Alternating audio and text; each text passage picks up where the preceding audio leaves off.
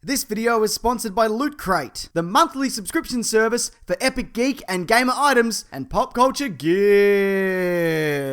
So yeah, the new Han Solo has been cast in preparation for that young Han Solo movie. The people are like, yeah, no, I'm looking forward to it, I guess. But it's been a long road to get there, with a multitude of actors considered for this recast, as well as those leading up to the original Star Wars in 1977, before Harrison Ford won out for what would become his most iconic role. Well, you know, along with Indiana Jones and the Blade Runner and Doctor I Didn't Kill My Wife and President Get Off My Plane and generic man stay away from my firewall. Get away from it. It's important to me in this story that I'm in.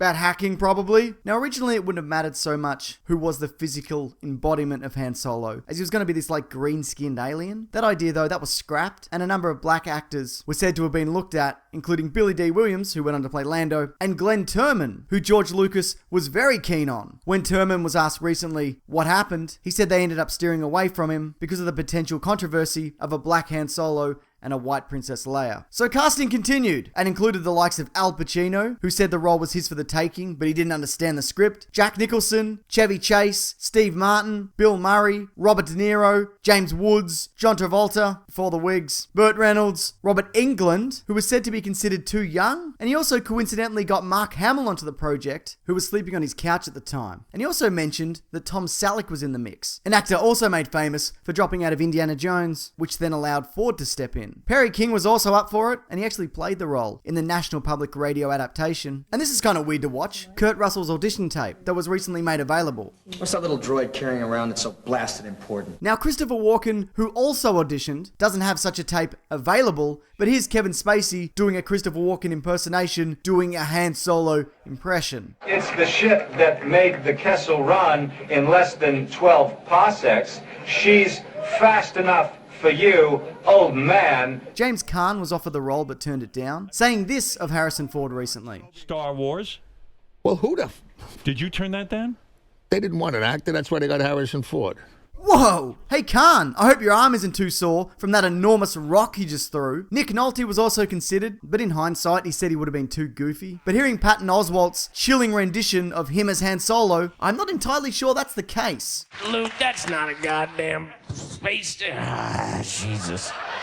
Fucking droids, beep, beep, Jesus, God, my head. Sylvester Stallone was seen and promptly rejected, and has since admitted that he doesn't look good in spandex holding a ray gun. And that certainly was proven to be true. Now, Harrison Ford was originally brought in to read opposite other actors, and wasn't initially up for the part, as Lucas didn't want to use anyone he'd previously worked with in American Graffiti. But all that sitting around reading Han Solo's lines apparently made him perfect for the role of Han Solo, as Lucas changed his tune. Let's check out some of his audition. We have to find the rebels.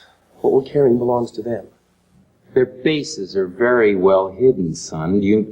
All the power of the Empire can't find them. You know where they are? Ah, this guy's great. He's got that perfect balance, of disdain and indifference for all things Star Wars. Before we get to that of young Han Solo for the young Han Solo Star Wars film, it's probably worth mentioning that George Lucas dabbled with the idea of introducing a kid Han Solo in Revenge of the Sith who lived with the Wookiees on Kashyyyk. Now, I'm not sure if they ever got as far as casting, but that idea was obviously dropped for something else. I don't know, probably the bit where a guy on a lizard chases a robot in a wheel. As far as the new movie goes, most of the 2,500 actors that auditioned for the part haven't been very vocal about their experience, aside from casually admitting it or denying it. That is, except for Jack O'Connell, who called the process tediously frustrating, which I imagine it would be. Getting called back again and again, performing scene after scene. A lot of them probably got so into it that they just bought a vest and stood in front of the mirror at home, practicing that weird loosey-goosey blaster grip shooting style. But look, I'm not going to name all of them. Firstly, because I don't know all those names. And frankly, the ones that I do know, I don't really have anything interesting to say about. There's no, I'm James Caan, I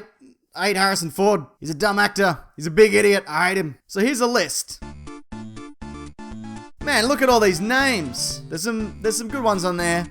And some I don't recognize. And you know what? I bet if you added all the names I mentioned previously to this list, I bet you get 50. Don't check. Just, Take my word for it. But hey, at the end of the day, a couple of things are important. One, Alden Ehrenreich will probably do a bang-up bloody job. I've liked all the Star Wars casting as of so far, so you know why not. And the other thing is that Harrison Ford is now free of the gypsy-style curse that bound him to answer the same Star Wars question again and again for what I'm sure to him seemed like an eternity.